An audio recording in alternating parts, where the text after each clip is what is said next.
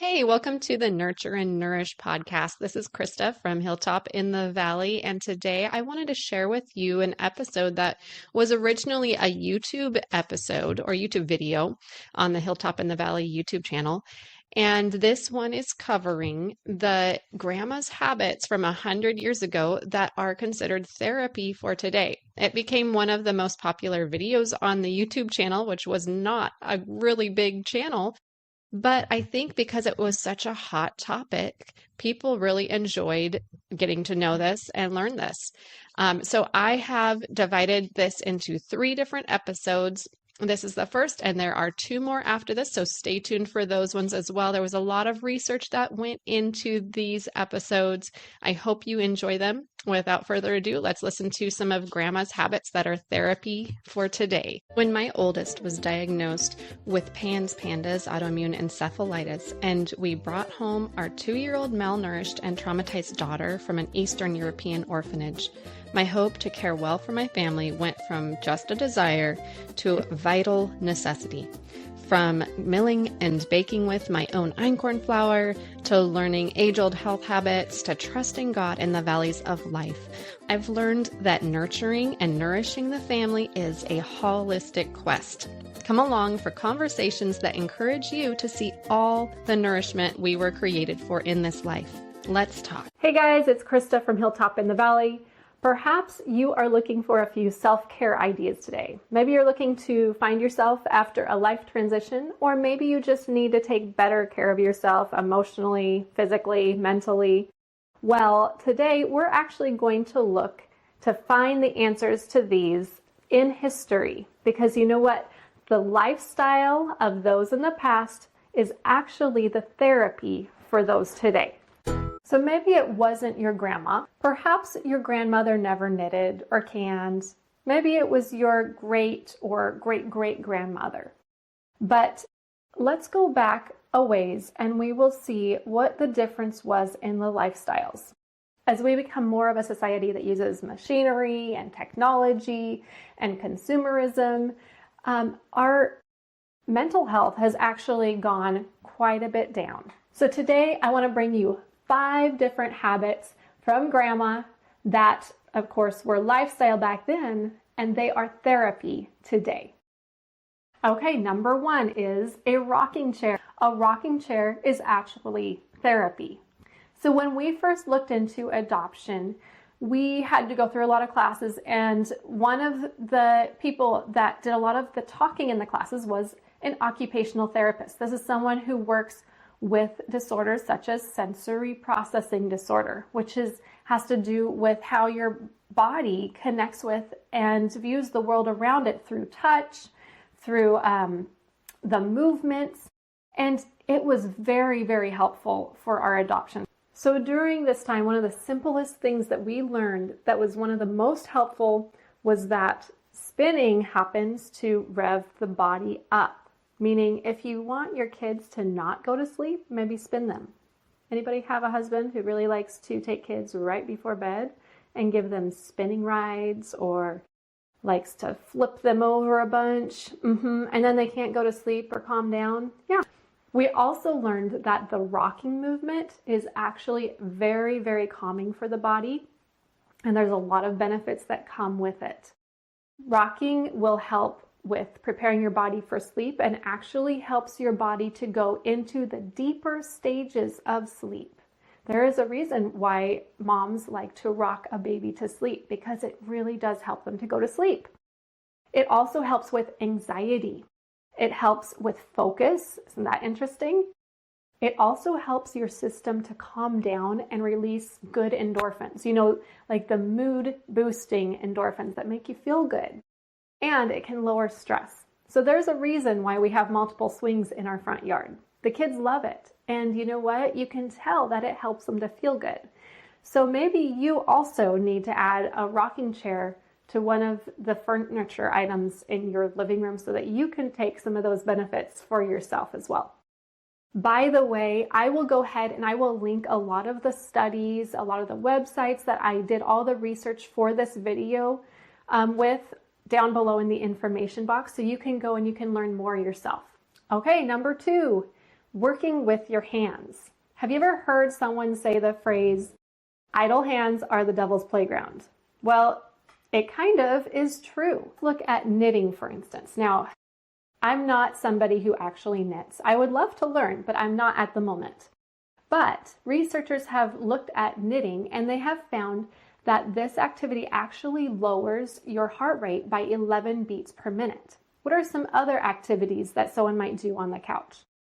You could have sewing, needlework. I used to love to draw constantly as a kid. That would be so calming and relaxing for me. My husband does leather work, felt work. There's all sorts of different things that you can do working with your hands, right? Another study linked this specifically knitting with helping to keep one sharp. This is pretty amazing when you think about your grandma sitting in her rocking chair doing her knitting or her needlework and thinking about how that might have actually helped keep her sharp and being able to regularly converse with people, which is something you could be doing while you're knitting. And that happens to be also very therapeutic. Another activity that is working with your hands, I just had to pop in here because I have to mention this one, and it happens to be number 3, is making homemade bread. Now don't laugh at me on this one. If you know my channel, you know that I do a lot of bread making videos on this channel. If you haven't checked them out, as soon as you're done here, go and click on my beginner's sourdough Einkorn bread recipe, which is pretty much the easiest Einkorn sourdough bread recipe you're going to run into. And you can make that at home, and you can also make your own sourdough starter. But I gotta say, bread making is very therapeutic. There's so much that goes on, and I found so many different articles on this topic connecting bread making with being therapeutic. It was very interesting. A lot of this came from around the year 2020, interestingly. Because guess what? During that year, a lot of people were stuck at home and they needed something to do. There was a lot of stress going on that year, and a lot of people found that this hobby, this activity of making bread was very therapeutic for them and fun. So the things that happen when you're making bread, there's a lot of sensory play going on with your fingers. You know, it is handwork going on. You're having to think about measurements. You're having to think about what the next steps are, and it really slows your brain down. So when we are in such a rush day to day, doing an activity like this helps us to bring ourselves into the moment and focus on one thing at a time. It also involves a lot of creativity because, hey, who wants to add some herbs to their bread, or who wants to add some cinnamon and raisins? But there's a lot of creativity that goes in there. And you know what? It's really great when you make something that you get to enjoy it. And so then you've got this dopamine rush because yes, you've worked really hard, but it's not like the rush of when you're on the phone looking at Facebook and you're just getting it hit over and over again. You're actually having to slow yourself down and work towards it. And so it's coming to you naturally, and you get to enjoy bread in the end. And who doesn't like to enjoy a good slice of bread? Okay, along with this one, I mean, you could add in baking, you could add in just cooking. Any of those things could be therapy because it's going to do the same thing and bring you into the moment. I do think there is something specific about the bread making, though, that is a handwork because your fingers really have to get involved in it. And that does add a little bit more to the activity. For over a decade, I have been creating Einkorn flour recipes, and I have done it. I've put together some of our family's favorite comfort food recipes made with nature's original wheat, so you can make them too. Anti-inflammatory, it's missing the D chromosomes, which are responsible for the wheat intolerance in many people. One comparison of Einkorn has shown 213% more lutein, 55% more riboflavin, and 76% more manganese, if I could say that, when really I could just go on and on. It has so much nutrition. The fact is, this nutritional powerhouse also tastes great. We enjoy things like biscuits, sourdough cinnamon rolls, but honestly, my kids also want to chime in. There's not a lot of Einkorn recipes out there, so she made her own cookbook. And speaking of favorite, here's some of ours. Pumpkin drizzle stones. Christmas-style chocolate chip cookies. We would love to have you share some of our favorite cozy recipes too, so grab your copy of Einkorn Recipes for a Cozy Winter by going to hilltopinthevalley.com and clicking on the cookbook link. And let us know if you enjoy the recipes as much as we do. All right, number 4 is getting out into the dirt. Now, I know that there is a whole thing about kids loving to be in the dirt, but you look back 100 years and people were around the dirt probably almost every single day, a lot more than people are around the dirt every single day today. And you think about Grandma who had a victory garden. She would go out and she would get stuff from her garden, bring it in and can it. So today we might not live outside unless it is 100 degrees and we're hot and we don't have air conditioning and we need to find some kind of way to stay cool. We go to the river or something like that. But I'm talking about a way of life where you are out in the dirt and you are doing things consistently day to day that are bringing your hands into the soil. Did you know that kids who play in the dirt consistently as children grow up to have lower levels of inflammation? Yes, inflammation is kind of a hot topic right now. And I will link this study in the information box below so you can go back and look at it. Very interesting, but there's a lot of health benefits physically for just being in the dirt. We know that there is a whole ecosystem in the soil, and our bodies are also made up of an ecosystem of organisms. You hear a lot about our guts just being this whole different family of organisms that we need to keep balanced and healthy inside of us. Well, there is something where when we are going between those two places, that is also healthy to keep our ecosystem and our bodies healthy. So I'm going to read about one of the research findings that I saw in a systemic review of horticultural therapy, which is basically gardening therapy. It was found that symptoms such as dementia, mental illness, even depression could be lessened, and the study also recommended this as a possible therapy for those with mental health issues or terminal illness such as cancer. We're talking about gardening. We're talking about getting in the soil and planting either flowers or vegetables. And I have known people personally who have been going through tough things, either whether it be like a terminal illness or maybe trying to get through addiction or trying to get through a stressful time, and they do use gardening as their therapy, and it helps them. It brings them calm because there's something about being in nature and being calm. And I believe there's also even more studies coming out now about having your hands in the soil and having that be more of a calming thing too. There's the whole thing of grounding, having your feet be bare, and walking around without any shoes on outside in nature. So this can be another form of very, very helpful therapy for you, especially as we go into the summer months. So go grab a tomato plant, go grab some beans, and go plant them. And this brings us to number 5, which is walking and bike riding, which I am kind of lumping together because they're both a form of physical exercise. Perhaps this is why Grandma is so robust. I mean, she did walk 10 miles to school every day, uphill, both ways, in a snowstorm. And I think that would add a little bit to your sense of confidence. But have you thought about the way that people maybe used to walk more with other people? Now, I'm not the mastermind of this because 100 years ago, before there were cars, people did walk. And yes, if you were walking places, you would often walk with people. And there was not music on in the background, and we did not have our headphones on or a hand carrying a phone in front of us. A study in Canada tried using walking and psychotherapy hand in hand together to see if the benefits would be even greater to help their clients. The results showed promise. Of course, they're working on doing more studies to see how it all works together and all of that.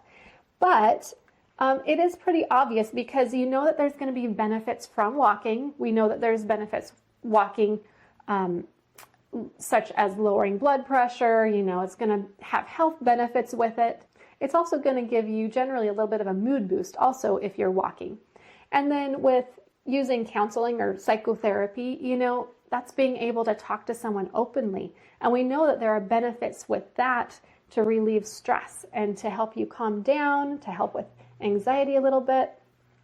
And so it is pretty obvious to me that when you combine those two things together, that it is going to be even more helpful. I think the takeaway from this is to go grab a friend, and instead of just driving to the store, go walk to the store. If you have a few minutes extra with a friend, instead of just sitting at the table at the coffee shop, maybe take your coffees and go for a walk outside if it's nice.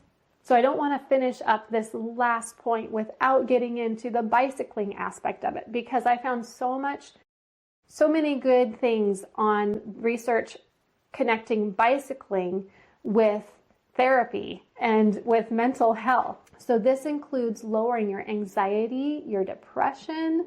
This includes upping your creativity and upping your mood overall.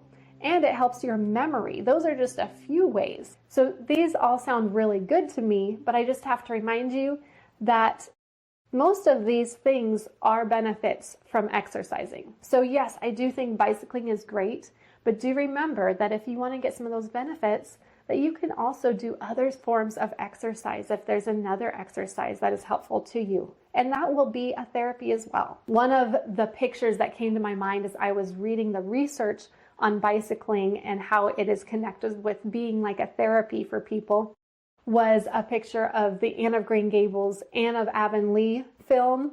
She's riding her bike home and she ends up racing against Gilbert Blythe. And she goes over one of the bridges and he ends up riding into the water. And it was a really cute first scene. She had one of those Victorian bicycles. And I myself have like a little cruiser bike that is so fun for me to ride, and I barely ever ride it. So even doing the research for this video just reminded me I really do need to go get my bicycle's tires pumped up and get it out and go, because it really is a fun thing to do, especially with my kids. I know that I have left a lot out. I haven't even started on the singing, the music aspect of therapy, the creative arts, animals. There are so many things that would have just been a daily part of life 100 years ago, and we consider it therapy for today. So how do we incorporate Grandma's habits, her lifestyle, into our own? Well, when I had just had kids, I went through a huge decluttering process. Now, during this process, I decluttered so many physical objects out of my home, but it didn't stop there. I continued and I started trying to declutter things that were not physical, things that were mental for me.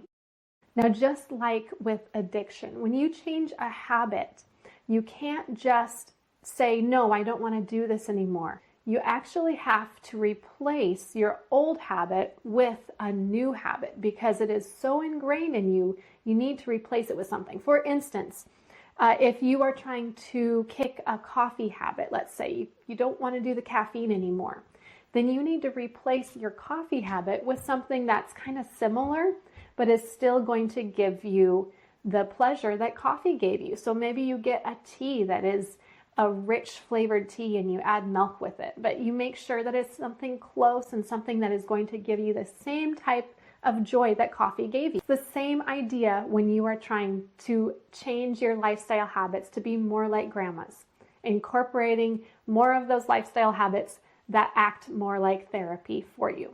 So for instance, you don't have to go full on and just become a gardener, but if you want to take some of those lifestyle habits from Grandma, you want to get some of the benefits of garden therapy, then maybe you want to just have an herb garden and you can use the herbs in your kitchen.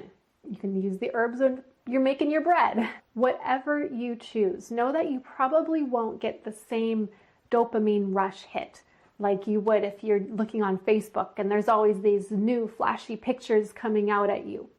This is something that is going to be a lot slower. and it's going to come at you a lot more naturally. And so it will take time, but your body will adjust to it, which is great. And that is when your body will start saying, oh, we really like this. This is really comforting for us. This is something that we want to do over and over again. So all to say, I would love to hear if you guys decide to incorporate some of Grandma's therapy habits into your life, or if you already have incorporated them, how has this impacted your life? For me, when I started doing things like gardening, when I started incorporating the bread making into my life, I found that it gave me a lot more joy. And it was hard at first because I went through this season of trying to work to learn it. And thankfully, I do enjoy learning things, but it did take time for my body to just ease into it. And it took time for me to adjust and to begin to get the benefits from it that I really wanted to get. But I am totally enjoying it now, so that it is a comfort to me. It is something that is like therapy for me, and it is a great hobby. Instead of just looking for self-care, instead of just looking for something to change your life, maybe it's really not that far away and you just need to look to Grandma. You need to look to Grandma, and you need to look to some of her old lifestyle habits, and you just need to see what she's done in the past that you can incorporate in the here and now. So I'd love to hear from you guys. If you are done watching this video and you liked it, I would love if you would pick another one of my videos just to show YouTube that you enjoy this type of video, and so it will bring you more ideas from my channel. If you have not subscribed, please subscribe. It would be great to have you along. And if you could like this video, that would be great too. I'm Krista, and I'm from Hilltop in the Valley. We will see you again soon. I hope you guys are having a great spring. We will talk again soon. Bye-bye. Well, that's it for today. Thank you for listening. And can I just say, if you are wanting to learn more, you can go to www.hilltopinthevalley.com, or you can check out the YouTube channel, Hilltop in the Valley. Also, could you do me a favor? And if you got something out of this podcast, would you share it with a friend? Our podcast is a very new podcast. Also, would you go on whatever app or whatever platform you are listening on, and would you leave a good review? Those 5-star reviews are one of the biggest ways that podcasts grow and are able to get more audience around them. Anyways, thank you for listening. Appreciate you in this conversation today, and I'll talk to you again soon. Bye-bye.